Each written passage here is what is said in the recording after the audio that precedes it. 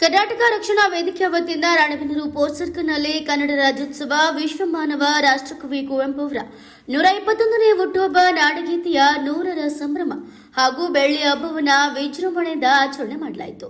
ಈ ಜಿಲ್ಲಾ ಮಟ್ಟದ ಕಾರ್ಯಕ್ರಮವನ್ನು ಹಾವೇರಿ ಜಿಲ್ಲಾಧ್ಯಕ್ಷರಾದ ಗಣೇಶ್ ಕೆ ಗೋಣಿ ಬಸಮ್ಮನವರವರ ನೇತೃತ್ವದಲ್ಲಿ ಆಯೋಜನೆ ಮಾಡಲಾಗಿತ್ತು. ಸಮಾರಂಭಕ್ಕೆ ಮುಖ್ಯ ಅತಿಥಿಯಾಗಿ ರಾಣೆಬೆನ್ನೂರಿನ ರಾಮಕೃಷ್ಣ ವಿವೇಕಾನಂದ ಆಶ್ರಮದ ಸ್ವಾಮಿ ಪ್ರಕಾಶಾನಂದರು, ಮಾಜಿ ಸಚಿವರು ಆರ್ ಶಂಕರ್ ಅವರು ಭಾಗವಹಿಸಿ ಕನ್ನಡ ಭಾಷೆ, ಸಂಸ್ಕೃತಿ ಹಾಗೂ ಕುವೆಂಪುರವರ ವಿಚಾರಧಾರೆಯ ಮಹತ್ವವನ್ನು ಕುರಿತು ಪ್ರೇರಣಾದಾಯಕವಾಗಿ ಮಾತನಾಡಿದರು. ಕಾರ್ಯಕ್ರಮದಲ್ಲಿ ಹೊನ್ನಪ್ಪನವರು ಸೇರಿದಂತೆ ಕವಿ, ಸಾಹಿತಿಗಳು, ಕರ್ನಾಟಕ ರಕ್ಷಣಾ ವೇದಿಕೆಯ ಜಿಲ್ಲಾ ಪ್ರಧಾನ ಕಾರ್ಯದರ್ಶಿ ಪ್ರೇಮ ನಾರಾಯಣಸ್ವಾಮಿ ಹಾಗೂ ಪದಾಧಿಕಾರಿಗಳು ಭಾಗವಹಿಸಿದ್ರು. Bureau report, news pulse, Ranebennur. ಬಾರಿಸು ಕನ್ನಡ ಡಿಂಡಿಮವ, ಓ ಕರ್ನಾಟಕ ಹೃದಯ ಶಿವ, ಸತ್ತಂತಿಯರನ್ನು ಬಡಿದೆಚ್ಚರಿಸು, ಕಚ್ಚಾಡುವವರನ್ನು ಕೂಡಿಸಿ ಒಲಿಸುವಂತ ಕುವೆಂಪು ಅವರು ಬರೆದಿದ್ದಾರೆ. ಕಚ್ಚಾಡ್ತಾ ಇದ್ದವ್ರನ್ನೆಲ್ಲ ಒಂದು ಕನ್ನಡಾಂಬೆಯ ಹೆಸರಿನಲ್ಲಿ ಕುವೆಂಪು, ಬೇಂದ್ರೆ ಎಂತೆಂಥ ಅದ್ಭುತ ಕವಿಗಳನ್ನ ಈ ನಾಡು ನಮಗೆ ಕೊಟ್ಟಿದೆ. ಅದನ್ನ ವಿಶೇಷವಾಗಿ ಕುವೆಂಪು ಅವರ ಬಗ್ಗೆ ಸ್ಮರಣೆ ಇಟ್ಕೊಳ್ಳೋದು ನನಗೆ ಬಹಳ ಸಂತೋಷ ಆಯಿತು. ರಾಷ್ಟ್ರಕವಿ ಕುವೆಂಪು ಅವರಿಗೂ ರಾಮಕೃಷ್ಣ ಆಶ್ರಮಕ್ಕೂ ಬಹಳ ಅನ್ಯೋನ್ಯವಾದ ಸಂಬಂಧ. ಅವರು ಬೆಳೆದದ್ದೇ ನಮ್ಮ ಆಶ್ರಮದಲ್ಲಿ, ಮೈಸೂರು ಆಶ್ರಮದಲ್ಲಿ ಅನ್ನೋದು ನೆನಪಿಟ್ಕೋಬೇಕು. ರಾಮಕೃಷ್ಣ ಆಶ್ರಮದಲ್ಲಿ ವಿದ್ಯಾರ್ಥಿಯಾಗಿದ್ದಾಗ ಅಲ್ಲಿ ಮೈಸೂರಲ್ಲಿ ಸಂತೆಪೇಟೆಯಲ್ಲಿ ಕಾಯಿಲೆ ಬಂದು ಮಲ್ಕೊಂಡಿರ್ತಕ್ಕಂಥ ಕರ್ಕೊಂಬಂದು ಸ್ವಾಮಿ ಸಿದ್ದೇಶ್ವರಾನಂದ ಅಂತೇಳಿ ನಮ್ಮ ರಾಮಕೃಷ್ಣ ಆಶ್ರಮದ ಆವಾಗಿನ ಮೈಸೂರು ಆಶ್ರಮ ಅಧ್ಯಕ್ಷರು ಕರ್ಕೊಂಬಂದು ಆಶ್ರಮದಲ್ಲಿ ಇಟ್ಕೊಂಡು ಅವ್ರನ್ನ ಬೆಳೆಸಿದರು. ಅವರಿಗೆ ಶಿಕ್ಷಣ ಪ್ರತಿಯೊಂದು, ನೀವು ಈ ನೆನಪಿನ ದೋಣಿಯಲ್ಲಿ ಕುವೆಂಪು ಅವರ ಆತ್ಮಚರಿತ್ರೆ ಇದೆಯಲ್ಲ, ನೆನಪಿನ ದೋಣಿಯಲ್ಲಿ ಅದನ್ನು ಓದಿ ನೋಡಿ. ಪ್ರತಿ ಪುಟದಲ್ಲೂ ಸ್ವಾಮಿ ಸಿದ್ದೇಶ್ವರಾನಂದರನ್ನ ಅವರು ಎಷ್ಟು ನೆನಪಿಸಿಕೊಂಡಿದ್ದಾರೆ. ಹಾಗೆ ಒಂದು ಅನ್ಯೋನ್ಯ ಸಂಬಂಧ, ಅದಕ್ಕೆ ಇದು ಮಾಡ್ತಾ ಇದೆ ಅಂತ ಕೇಳಿ ಭಾಳ ಸಂತೋಷದಿಂದ ಈ ಕಾರ್ಯಕ್ರಮ ಭಾಗವಹಿಸಿದ್ದೇನೆ. ಈ ಕಾರ್ಯಕ್ರಮ ಅತ್ಯಂತ ಯಶಸ್ವಿ ಆಗಲಿ ಅಂತೇಳಿ ಹಾರೈಸಿ ನನ್ನ ಮಾತನ್ನು ಮುಕ್ತಾಯಗೊಳಿಸ್ತೇನೆ.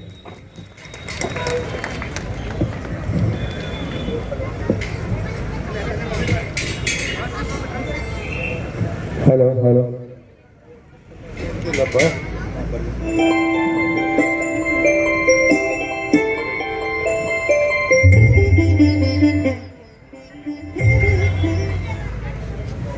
ಇಂದು ಕನ್ನಡ ಧ್ವನಿ ಅಂತಕ್ಕಂಥ ಶ್ರೀ ಎಚ್ ಶಿವಗೌಡರ ಕರ್ನಾಟಕ ರಕ್ಷಣಾ ವೇದಿಕೆಯ ವತಿಯಿಂದ ಜಿಲ್ಲಾ ಮಟ್ಟದ 70ನೇ ವರ್ಷದ ಕರ್ನಾಟಕ ರಾಜ್ಯೋತ್ಸವ ಹಾಗೂ ರಾಷ್ಟ್ರಕವಿ ಕುವೆಂಪುರವರ ಜನ್ಮದಿನೋತ್ಸವ ಅಂಗವಾಗಿ ಕನ್ನಡ ಸವಿಯನ್ನು ಸವಿಯೋಣ ಕನ್ನಡ ಧ್ವನಿ ಎಂಬ ಕಾರ್ಯಕ್ರಮದ ದಿವ್ಯ ಅಧ್ಯಕ್ಷತೆಯನ್ನು ವಹಿಸಿರ್ತಕ್ಕಂಥ ಶ್ರೀ ರಾಮಕೃಷ್ಣ ವಿವೇಕಾನಂದ ಆಶ್ರಮದ ಶ್ರೀ ಪರಮಪೂಜ್ಯ ಶ್ರೀ ಸ್ವಾಮಿ ಪ್ರಕಾಶಾನಂದ ಮಹಾರಾಜರವರ ಪಾದಕಮಲಗಳಿಗೆ ನನ್ನ ಭಕ್ತಿಪೂರ್ವಕ ನಮನಗಳನ್ನು ಸಮರ್ಪಣೆ ಮಾಡ್ತಾ, ಹಾಗೆಯೇ ಈ ಒಂದು ವೇದಿಕೆಯಲ್ಲಿ ಆಸೀನರಾಗಿರ್ತಕ್ಕಂಥ ಈ ಒಂದು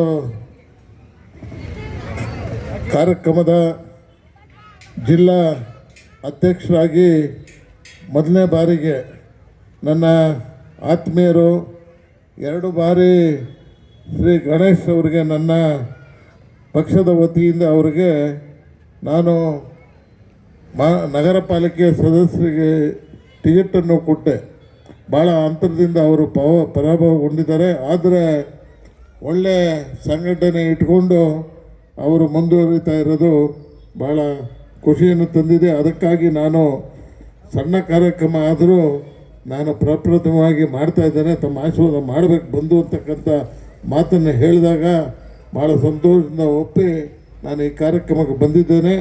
ಇವತ್ತು ಜಿಲ್ಲಾ ಅಧ್ಯಕ್ಷರಾಗಿ ಮುಂದೆ ಒಳ್ಳೆಯ ಸಂಘಟನೆ ಮಾಡಿ ಅವರು ಬರ್ತಕ್ಕಂಥ ಅಡೆತಡೆಗಳು ಮತ್ತು ಯಾವುದೇ ಸಂಘಟನೆ ಮಾಡ್ತಕ್ಕಂಥ ಸಂದರ್ಭದಲ್ಲಿ ಭಾಳ ಜಾಗೃತಿಯಿಂದ ಎಲ್ಲರ ಒಳಿತಿಗಾಗಿ ದುಡಿಬೇಕಾದಂಥ ಅನಿವಾರ್ಯತೆ ಇದೆ. ಅದನ್ನು ನಮ್ಮ ಗಣೇಶ್ ಅವರು ಮಾಡ್ತಾರೆ ಅಂತಕ್ಕಂಥ ವಿಶ್ವಾಸ ಕೂಡ ನನಗಿದೆ. ಹಾಗಾಗಿ ಈ ಒಂದು ಕಾರ್ಯಕ್ರಮದಲ್ಲಿ ಇವತ್ತು ಜಿಲ್ಲಾಧ್ಯಕ್ಷರಾಗಿರ್ತಕ್ಕಂಥ ಗಣೇಶ್ ಅವರೇ, ಮತ್ತೊಬ್ಬ ಸಹೋದರಿ ಅಹಿಂದ ರಾಜ್ಯ ಮಹಿಳಾ ಉಪಾಧ್ಯಕ್ಷರಾದಂಥ ಶಶಿಕಲಾ ದೇವನಹಳ್ಳಿರವರೇ ಹಾಗೂ ಇನ್ನೋರ್ವ ಈ ಒಂದು ಕಾರ್ಯಕ್ರಮದಲ್ಲಿ ಹಾಸನಿರ್ತಕ್ಕಂಥ ನಮ್ಮ ಹಿರಿಯ ವಕೀಲರಾದಂಥ AM ನಾಯ್ಕರವರೇ ಹಾಗೂ ವಿವಿಧ ಭಾಗಗಳಿಂದ ಬಂದು ಕಾರ್ಯಕ್ರಮದಲ್ಲಿ ಉಪಸ್ಥಿತರ್ತಕ್ಕಂಥ ಎಲ್ಲ ಗಣ್ಯರೇ, ಕನ್ನಡದ ಅಭಿಮಾನಿಗಳೇ, ಕುವೆಂಪುರವರ ಏನು ಇವತ್ತು ಜನ್ಮ ದಿನೋತ್ಸವದ ಅಂಗವಾಗಿ ಬಂದಿರತಕ್ಕಂಥ ಎಲ್ಲ ನಮ್ಮ ತಾಯಂದಿರೇ, ಅಣ್ಣ ತಮ್ಮಂದಿರೇ, ಅಕ್ಕ ತಂಗಿಯರೇ, ಮಾಧ್ಯಮ ಮಿತ್ರರೇ, ಇವತ್ತು ನಮ್ಮ ರಾಷ್ಟ್ರ ಕವಿ ಅಂತಲೇ ಖ್ಯಾತಿಯಾಗಿರ್ತಕ್ಕಂಥ ಕುವೆಂಪುರವರ ಇವತ್ತು ಜನ್ಮ ದಿನೋತ್ಸವದಲ್ಲಿ ಅವರನ್ನು ನೆನೆತಕ್ಕಂಥ ಕಾರ್ಯಕ್ರಮ, ಜೊತೆಗೆ 70ನೇ ವರ್ಷದ ಕನ್ನಡ ರಾಜ್ಯೋತ್ಸವ, ಜೊತೆಗೆ ನಾಡಗೀತೆಗೆ 100 ವರ್ಷ ತುಂಬಿರ್ತಕ್ಕಂಥ ಈ ಸಂದರ್ಭದಲ್ಲಿ ಎಲ್ಲ ಅಭಿಮಾನದಿಂದ, ಸಣ್ಣ ಕಾರ್ಯಕ್ರಮ ಆದರೂ ಕೂಡ ಒಂದು ಅಭಿಮಾನದಿಂದ ತಾವು ಆಚರಣೆ ಮಾಡ್ತಾಯಿದ್ದೀರಿ. ತಮಗೆ ಭಗವಂತ ಆಯುರಾರೋಗ್ಯ ಐಶ್ವರ್ಯ ನೀಡಲಿ. ಮತ್ತು ಕನ್ನಡದ ಬಗ್ಗೆ ತಾವೇನು ಆಸಕ್ತಿಯನ್ನು ಇಟ್ಕೊಂಡಿದ್ದೀರಿ ಅದನ್ನು ಹೆಚ್ಚು ತಾವು ಕನ್ನಡದ ಅಭಿಮಾನವನ್ನು ಮೆರೆತಕ್ಕಂಥ ಕಾರ್ಯಕ್ರಮವನ್ನು ಈಗ ಮಾಡ್ತಾಯಿದ್ದೀರಿ. ಹಾಗಾಗಿ ತಮಗೆಲ್ಲ ಒಳ್ಳೆಯದಾಗಲಿ. ನಮ್ಮ ಕುವೆಂಪುರವರು ನಮ್ಮ ರಾಮಾಯಣ ಬರೆದಿರ್ತಕ್ಕಂಥ ಒಂದು ಜೊತೆಗೆ 80ಕ್ಕೂ ಮಿಗಿಲಾಗಿ ಅವರು ಕಥೆಕಾರವನ್ನು ಬರೆದು ಅವರು ಈ ನಾಡು ಮೆಚ್ಚತಕ್ಕಂಥ ಕೆಲಸವನ್ನು ಮಾಡಿದ್ದಾರೆ. ಅವರ ಹಾದಿಯಲ್ಲಿ ಅವರು ಹಾಕಿಕೊಟ್ಟಂಥ ಮಾರ್ಗದರ್ಶನದಲ್ಲಿ ನಾವು ನೀವೆಲ್ಲ ನಡೆಯೋಣ ಅಂತಕ್ಕಂಥ ಮಾತನ್ನು ಹೇಳಿ ಈ ಒಂದು ಸಂಘಟನೆ ಮಾಡಿರ್ತಕ್ಕಂಥ ಎಲ್ಲ ಸಂಘಟಕರಿಗೂ ಮತ್ತು ಬಂದಂಥ ಎಲ್ಲ ಅಭಿಮಾನಿ ಬಂಧುಗಳಿಗೂ ನಾನು ಹೃದಯದ ಅಭಿನಂದನೆಗಳನ್ನು ಸಮರ್ಪಣೆ ಮಾಡಿ ನನ್ನ ಮಾತಿಗೆ ವಿರಾಮ ನೀಡ್ತೇನೆ. ನಮಸ್ಕಾರ. ಜೈ ಹಿಂದ್, ಜೈ ಕರ್ನಾಟಕ. ಇವುಗಳನ್ನ ಜಗತ್ತಿಗೆ ಕೊಟ್ಟಂತ ಕವಿ ಯಾರಾದರೂ ಇದ್ರೆ ಅದು ಕುವೆಂಪು. ಕುವೆಂಪು ಬರೀ ಕನ್ನಡದ ಕವಿ ಅಂತ ನೀವು ಹೇಳುವಂತ ಇಲ್ಲ. ಇವತ್ತು ಜಾಗತಿಕ ಮಟ್ಟದಲ್ಲಿ ಜಗತ್ತಿನ ತುಂಬ ಹೆಸರುವಾಸಿಯಾದಂಥ ಕವಿ ಯಾರಾದರೂ ಇದ್ರೆ ಅದು ಕುವೆಂಪು. ಅಂತ ಶ್ರೇಷ್ಠವಾದಂಥ ಸಾಹಿತ್ಯವನ್ನು ಕುವೆಂಪು ರಚಿಸಿದ್ದಾರೆ. 20ನೇ ಸಾಹಿತ್ಯದಲ್ಲಿ, ಕನ್ನಡ ಸಾಹಿತ್ಯ ಚರಿತ್ರೆಯಲ್ಲಿ, ಜಗತ್ತಿನ ಸಾಹಿತ್ಯ ಚರಿತ್ರೆಯಲ್ಲಿ ಬಹುಶಃ ಕುವೆಂಪುರವರಿಗೆ ಬಹಳ ದೊಡ್ಡದಾದಂಥ ಮತ್ತು ಅಗ್ರವಾದಂಥ ಸ್ಥಾನ ಇದೆ ಅಂತ ನಾನು ಭಾವಿಸ್ಕೊಳ್ಳುತ್ತೇನೆ. ಕುವೆಂಪು ಜನಿಸಿ ಬಹುಶಃ 101 ವರ್ಷ ಆಯಿತು. 1904ರಲ್ಲಿ ಡಿಸೆಂಬರ್ 29ರಂದು ಕೊಪ್ಪ ಅಂತ ಬರುತ್ತೆ, ಕೊಪ್ಪ ಹತ್ರ ಹಿರೇಕೂಡ್ಗಿ ಅಂತ ಬರುತ್ತೆ, ಹಿರೇಕೂಡ್ಗಿಯಲ್ಲಿ ಜನಿಸ್ತಾರೆ. ಯಾಕಂದ್ರೆ ಹಿರೇಕೂಡ್ಗಿ ಕುವೆಂಪುರವರ ತಾಯಿಯ ಮನೆ. ಹಿರೇಕೂಡ್ಗಿಯಲ್ಲಿ ಜನಿಸುವಂತ ಕೆಲಸವನ್ನು ಮಾಡ್ತಾರೆ. ಬಹಳ ಪ್ರತಿಭಾವಂತ ಮನುಷ್ಯ ಕುವೆಂಪು.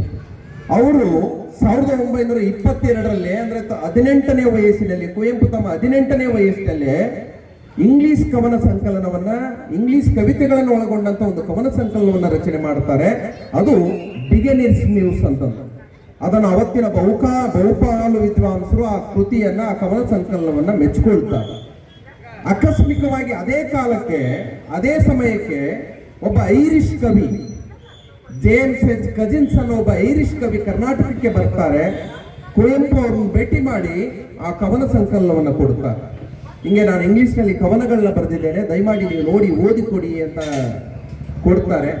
ಆದರೆ ಅವರಿಗೆ ಸ್ವಲ್ಪ ಬೇಸರ ಆಗುತ್ತೆ. ಯಾಕೆ ಅಂದ್ರೆ ಐರಿಷ್ ಕವಿ ಜೇಮ್ಸ್ H. ಕಜಿನ್ಸ್ ಅವರು ಆ ಕವಿತೆಗಳನ್ನು